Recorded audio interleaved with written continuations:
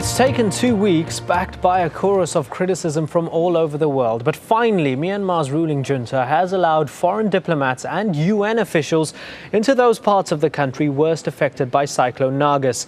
Al-Jazeera has learned the officials were taken on what appears to be a carefully managed tour of the Irrawaddy Delta. They were shown fields of emergency shelters apparently unused. They say it appears the government has failed to recognize the scale of the disaster. Jane Azapadi has our report. More than 2 weeks on, and bodies are still littering fields that have become rivers. The number of dead and missing is climbing as aid continues to mount outside Myanmar's borders. Isolated and devastated, millions of survivors are without homes and facing disease, starvation and trauma. No one has come to remove the bodies, so we do it ourselves. The cemetery is waterlogged, so we tie ropes around the corpses and drag them down the river away from the village. There we tie them to a stake to stop them being washed up again with the tide. The military leadership continues its PR campaign. The Prime Minister visiting the Irrawaddy Delta, and foreign diplomats believed to have been taken on a sanitised tour of affected areas. But that hasn't stopped international criticism. An outraged French ambassador has lashed out at the United Nations headquarters, saying the Myanmar government's refusal to allow aid to be delivered to those who needed it could lead to a true crime against humanity. His outburst followed a remark by the ambassador from Myanmar, who accused France of sending a warship to the region. France says the ship in international waters is loaded with 1,000 tonnes of food and medicine meant for the victims of Cyclone Nargis. That's enough to feed 100,000 people for 15 days, but France is still negotiating with Myanmar's government on how it can be delivered.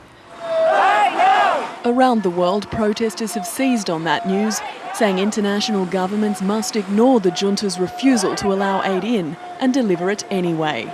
We want international aid workers to go and help without permission, because people are dying every single hour. Some aid has been allowed to trickle in. This Thai medical team has been welcomed in Yangon.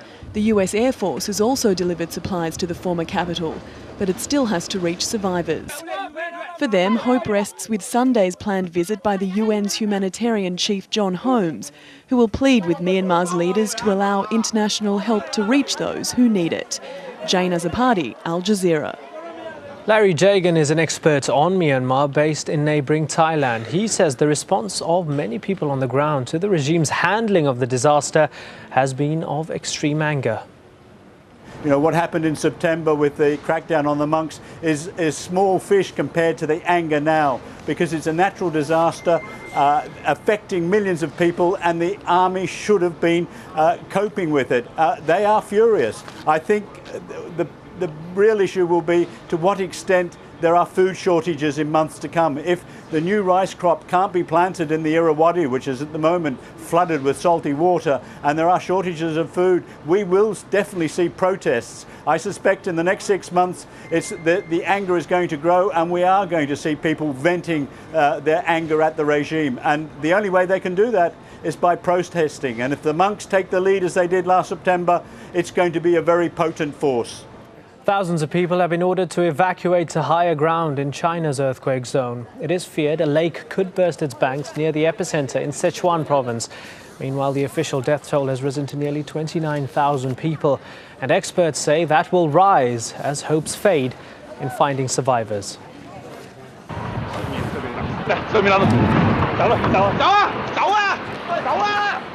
Strong aftershocks sent thousands fleeing in some of the worst-hit areas in Sichuan province on Saturday. A rescue team was also caught in the midst of it in Wenchuan, sending them running for cover and endangering their operations. The fresh tremors also interrupted President Hu Jintao's address to rescue troops as he toured the affected region. Well, questions are now being asked on why the devastation was so widespread in China. Some are blaming it on the lack of enforcement of construction and building codes.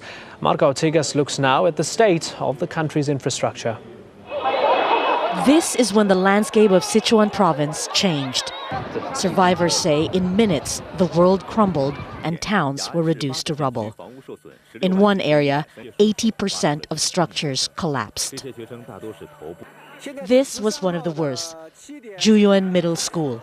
about 50 kilometers from the epicenter of Monday's quake. It collapsed, trapping 900 students inside. So far, fewer than 100 have been recovered, and only one found alive. It is very strange that some buildings quite far from the center of the earthquake, some school, for example, 50 kilometers from the center of the earthquake, still collapsed. And also we can observe that all the other buildings are standing there. So this must be some other reason, for example, poor construction quality, poor construction material. Close to 7,000 schools in this quake-prone region suffered the same fate. Each class in those schools would have had some 60 pupils. Parents have been keeping vigil for days, watching rescuers work. They hope for good news, but as time passes, those hopes fade, and the full reality of the disaster sets in.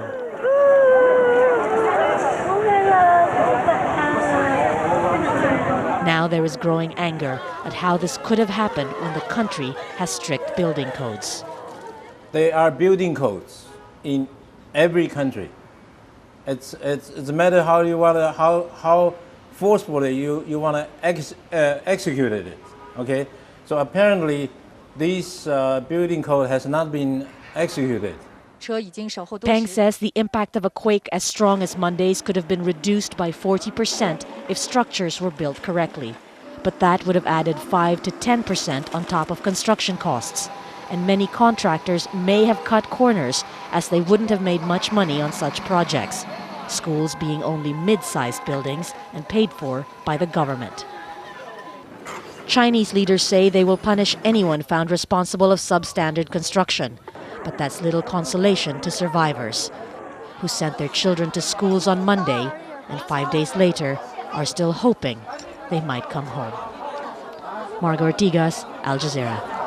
Zimbabwe's opposition party, the Movement for Democratic Change, says it's learned of a plot to assassinate leader Morgan Tsvangirai.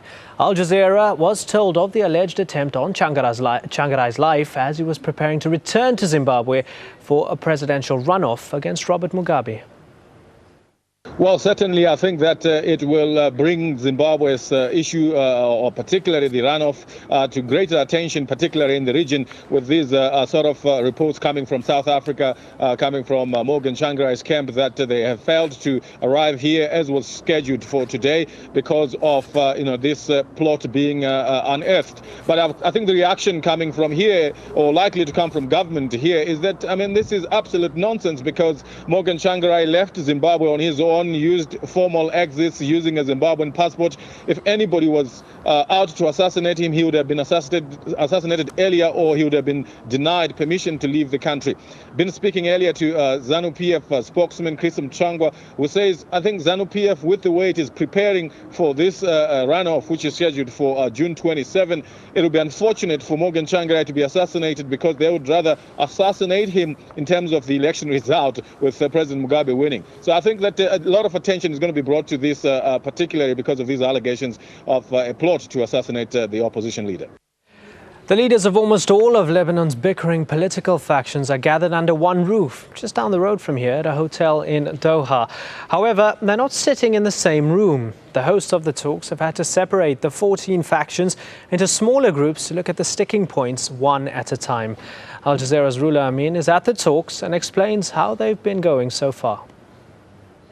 After the first session in the morning, where each delegate made a short statement outlining probably their maximum positions, their host, the Qatari Prime Minister, thought it's probably better to keep the discussions in different rooms. So since then, they have been having, and the mediators have been having bilateral meetings behind closed doors between the different sides. There are meetings between the different sides with the other side, Lebanese, but also the Qatari mediators and the other Arab foreign ministers who are here trying to help are going and shuttling back and forth between the hotel rooms, between the two sides. They want to make sure that there is a compromise and that the two sides don't get locked up in bickering and making statements and blaming each other for what's going on. Now, in the morning, we heard also from Prime Minister Senora, who made on an optimistic tone said that from what he heard in the morning, it seems that all sides have a will to end this crisis. Now, we've been trying to talk to the delegates here behind me in the hotel, trying to see them in the corridors. Most of them were not willing to talk. They said they promised they won't reveal much, not to undermine the negotiations. However, some of them had told us that there's significant progress.